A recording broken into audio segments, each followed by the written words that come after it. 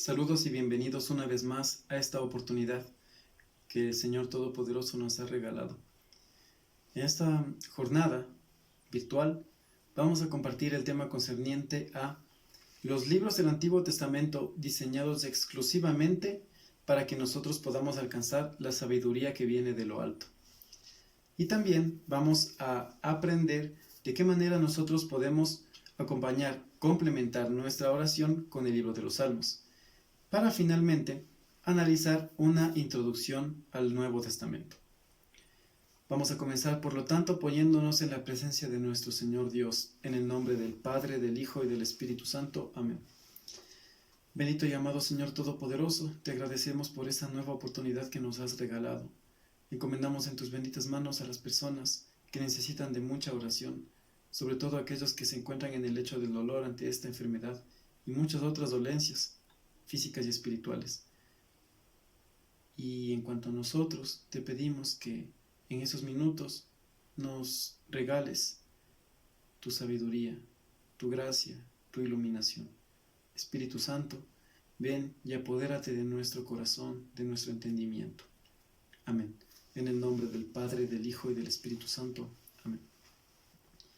El primer tema, como mencioné hace un momento, se refiere a la sabiduría, pero no la sabiduría como nos la pinta el mundo, sino la sabiduría auténtica, sabiduría que viene de Dios.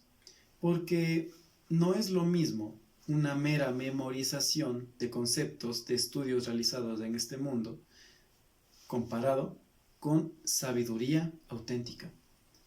Un ejemplo, una persona que se burla de Dios, lo desprecia, vive lejos de Él, da rienda suelta a cualquier tipo de excesos, a cualquier tipo de pecado, pero es una persona graduada en la universidad, es catedrático mundialmente famoso, sabe muchas cosas, ha memorizado muchos libros y sabe, al estilo del mundo, muchísimas cosas, pero niega que Dios exista, afirma que el ser humano venga del mono, afirma que el universo se creó solito del azar de las cosas, cuando no es así, sino que incluso para construir un reloj se requiere mucha inteligencia.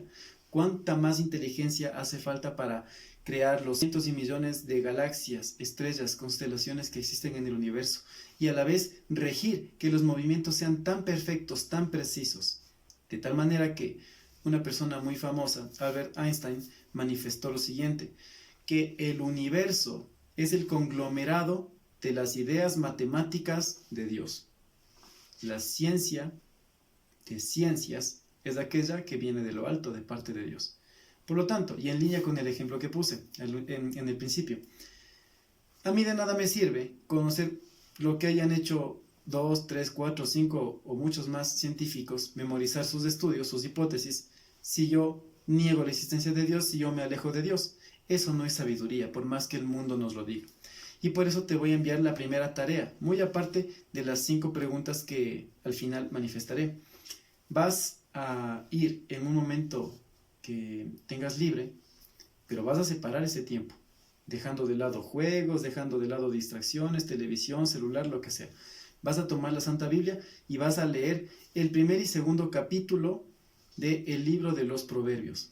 Libro de los Proverbios escrito por por el rey Salomón. Él es el autor del libro de los Proverbios, en el cual habla de esa auténtica sabiduría que viene solo de Dios. El que ama a Dios recibirá su sabiduría, pero también hay que pedirla. Para lo cual también tenemos ese legado en el Antiguo Testamento, ese legado dado por Dios en varios libros. Tenemos el libro de Job, el libro de los Salmos, Proverbios, que ya mencioné, Eclesiastés, también llamado Coelet, Cantar de los Cantares, Sabiduría y Eclesiástico. Ten mucho cuidado, no vayas a confundir eclesiástico con Eclesiastés, que no es lo mismo. Dicho esto, vamos a pasar al siguiente punto, que es la oración con los salmos. Los salmos que nos ayudan a todos y cada uno de nosotros a crecer en gracia delante de Dios, en diferentes circunstancias de la vida. Porque los salmos son oraciones, poemas y cánticos escritos por personas inspiradas por Dios en un determinado momento y lugar, pero sobre todo en una determinada circunstancia. entre esos salmos, un ejemplo a destacar es el escrito por el rey David, bueno, uno de los tantos escritos por parte del rey David, en el cual dice: misericordia, Señor, ten piedad. Le pide perdón por un pecado que él había cometido. Y así hay muchos tipos de salmos. Vamos a agruparlos en 5 conglomerados. El primero de ellos son los salmos de admiración y alabanza. Tenemos también a los salmos de perdón, pedir perdón a Dios, súplica.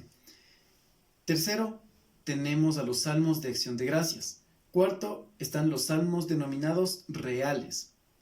Salmos reales porque la palabra real hace hincapié en la realeza, es decir, habla del rey, pero sobre todo hace énfasis en el Rey de Reyes y Señor de Señores.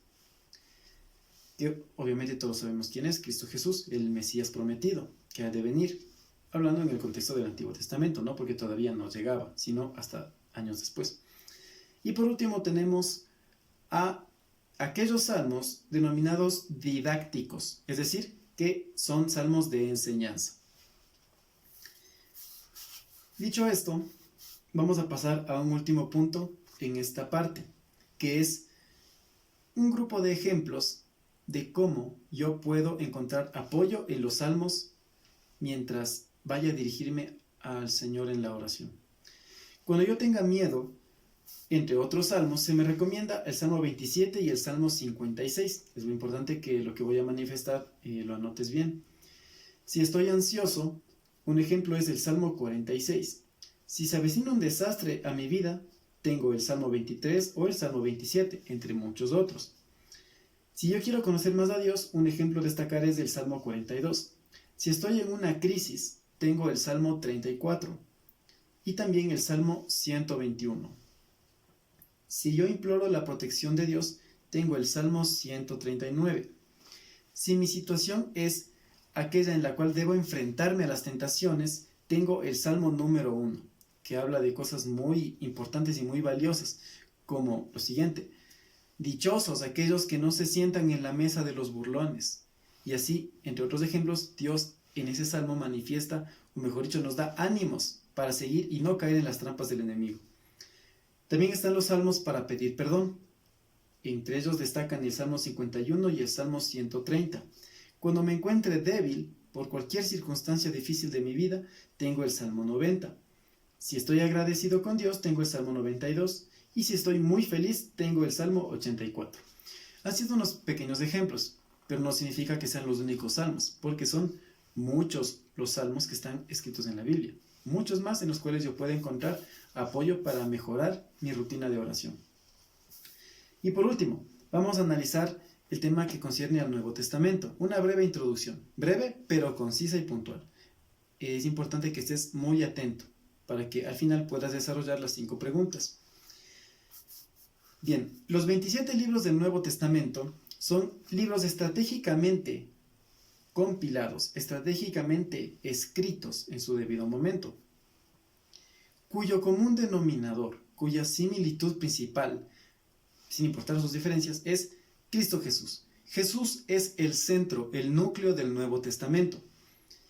Tenemos para empezar a los 4 evangelios: Mateo, Marcos, Lucas y Juan, entre los cuales hay una pequeña clasificación.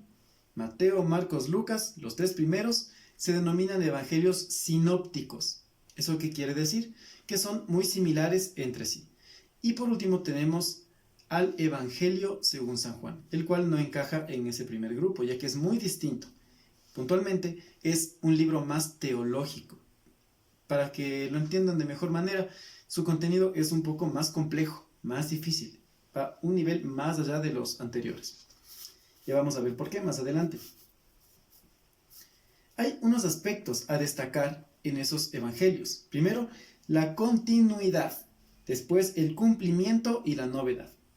Continuidad, ¿por qué? Porque da continuación a los acontecimientos del Antiguo Testamento. Encaja a la perfección.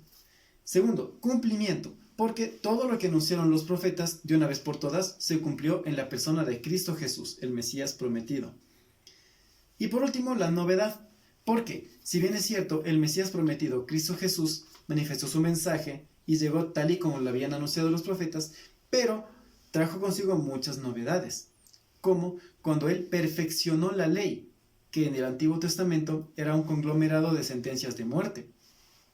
Él la perfeccionó. Y otro ejemplo de ello es cuando, para los judíos, hablemos de la realidad de ellos. Voy a dar un pequeño ejemplo. Cuando en la ley de los judíos, ellos permitían el divorcio.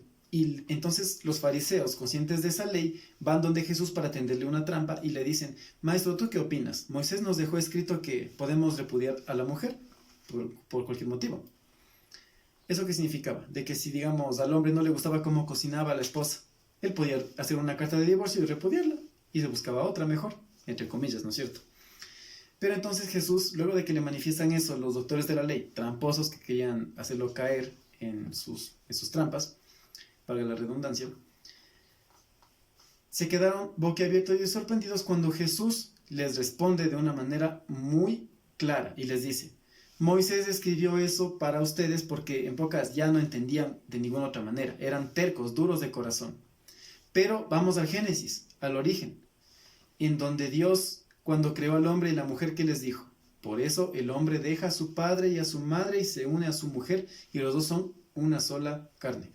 A eso se refiere. Entonces Jesús vino a perfeccionar muchas cosas, trajo consigo la novedad, lo novedoso del reino de Dios. Y terminemos este último y pequeño paréntesis con lo que Jesús mismo manifestaba: conviértanse, que el reino de Dios ha llegado. Ha llegado ya todo lo que había sido esperado desde hace mucho tiempo. Bien, vamos retomando en lo que concierne a los 4 evangelios.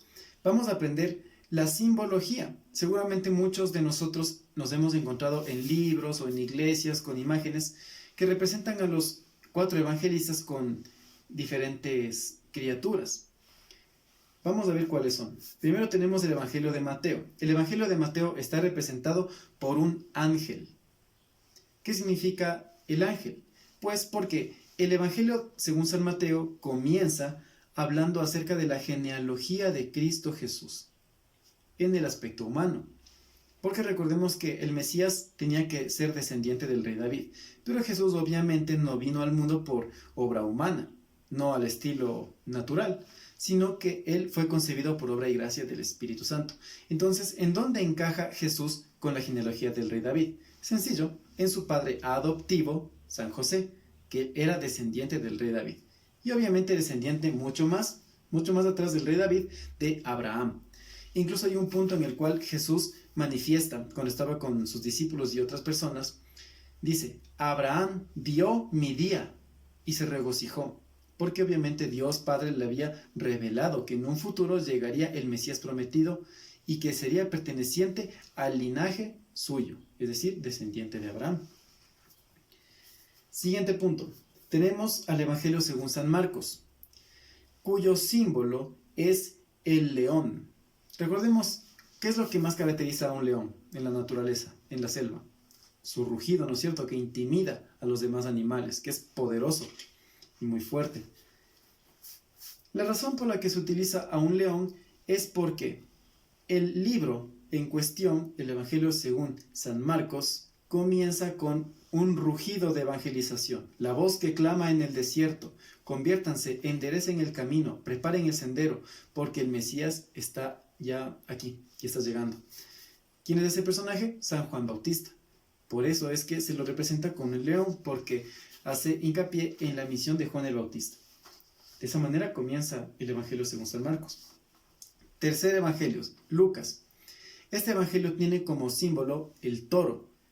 Y la razón está en que comienza hablando de la historia de Zacarías, el padre de Juan el Bautista, el cual era sacerdote del templo de Jerusalén, en donde se hacían sacrificios de animales, animalitos como el toro. Por eso se lo representa con ese animal.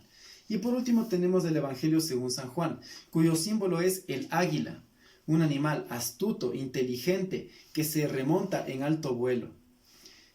Ahora, ¿cómo encaja esa simbología? Sencillo. El alto vuelo, ¿qué significa? Que el inicio de este evangelio no se remonta a cosas como la genealogía de Jesús o la predicación de Juan Bautista, como fue en el anterior caso, sino que se remonta en alto vuelo porque va hasta los orígenes divinos de Cristo Jesús. Bueno, la palabra origen está de más porque Dios es Dios, ha sido Dios siempre, no tiene origen, vive en la eternidad. Pero ese alto vuelo significa que va a esa naturaleza divina antes de venir al mundo. Y el aspecto de la sabiduría y astucia del águila encaja con el hecho de que este evangelio es mucho más teológico, mucho más complejo, mucho más profundo, más especializado, por así decirlo, en comparación con los otros 3 evangelios. Bien, a continuación tenemos, como parte del Nuevo Testamento, el libro de los Hechos de los Apóstoles, las cartas, que son en total 21, no nos olvidemos de eso, y el Apocalipsis. El libro de los Hechos de los Apóstoles, como su nombre lo indica, habla de los acontecimientos que sucedieron luego de que Jesús se fue al cielo y dejó a sus apóstoles la misión de llevar el mensaje a todas las gentes y naciones del mundo. Después tenemos las cartas, que son en total 21 cartas, 14 cartas paulinas y 7 cartas católicas. Paulinas, ¿por qué? Porque fueron escritas por San Pablo. En otro idioma, el nombre Pablo se escribe Pablo, por eso es Paulinas. Y las 7 cartas son denominadas católicas porque no tienen un destinatario en específico. Católico significa universal, es decir, que el destinatario o los destinatarios de esas cartas son la iglesia, esté en donde esté, en cualquier parte del mundo. Muy contrario y diferente a un ejemplo. En el caso de las cartas paulinas tenemos, por ejemplo, la carta a Filemón, dirigida a Filemón. O si no, la carta dirigida a Tito o a los tesalonicenses que vivían en Tesalónica, y así. Y por último tenemos el libro del Apocalipsis, escrito por el apóstol San Juan, ya en una edad muy avanzada, hablamos del año 90 después de Cristo, específicamente cuando se desató una gran persecución contra la iglesia, ya muchos años después de la primera persecución realizada por el emperador Nerón. En este caso es del emperador Domiciano, el cual se autoproclamó divino. Él dijo, yo soy un dios, porque obviamente las creencias de los romanos eran en la mitología griega, greco-romana obviamente. Entonces, ¿cuál fue el decreto? Que nadie en el mundo conocido que esté bajo los dominios de Roma podía adorar a otra divinidad que no sea él. Entonces, como era de esperarse, se desató una terrible persecución, a causa de la cual también el apóstol San Juan fue apresado y llevado cautivo a la isla de Patmos, que era una prisión como tal, en la cual se realizaban trabajos forzados y era una situación muy difícil para todos los que estaban allí.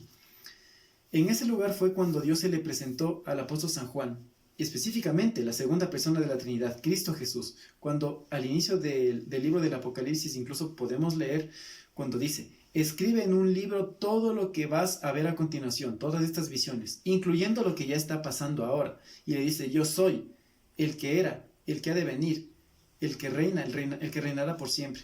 Y le reconoció obviamente San Juan en esa persona a Cristo Jesús ya resucitado en el reino de los cielos.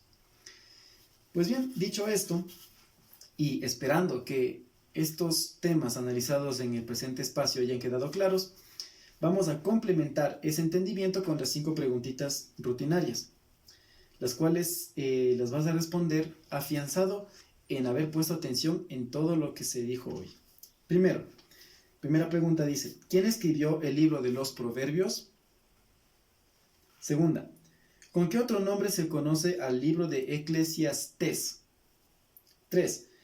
¿Cuáles son los símbolos de cada uno de los 4 evangelistas? Y explicar la razón de por qué esos símbolos. Abro un paréntesis aquí. Evangelistas. Cuando escuchas que alguien diga los hermanos evangelistas, está mal dicho, son evangélicos los de la secta protestante. Cuando escuches y digas la palabra evangelista, es exclusivo de alguien que escribió un evangelio. Es decir, Mateo, Marcos, Lucas o Juan. Bien, siguiente pregunta. Número 4. ¿Cuáles son los evangelios sinópticos y por qué se llaman así? 5. ¿Cuántas cartas existen en el Nuevo Testamento? ¿Y por qué se las llama a unas paulinas y a otras católicas?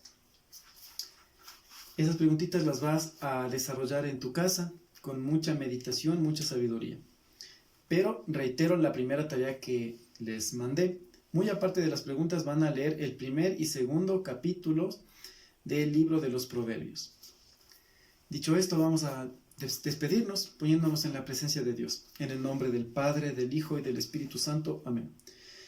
Amadísimo Señor Todopoderoso, te damos las gracias una vez más por el milagro, el regalo de la vida, por permitirnos estar aquí, sanos y salvos. Te suplicamos que envíes tu Santo Espíritu sobre nuestras familias y a nosotros, junto con toda tu iglesia. Protégenos, Señor, de este virus, de la muerte, pero sobre todo del pecado. Danos tu santa bendición, que la recibimos en el nombre del Padre, del Hijo y del Espíritu Santo. Amén.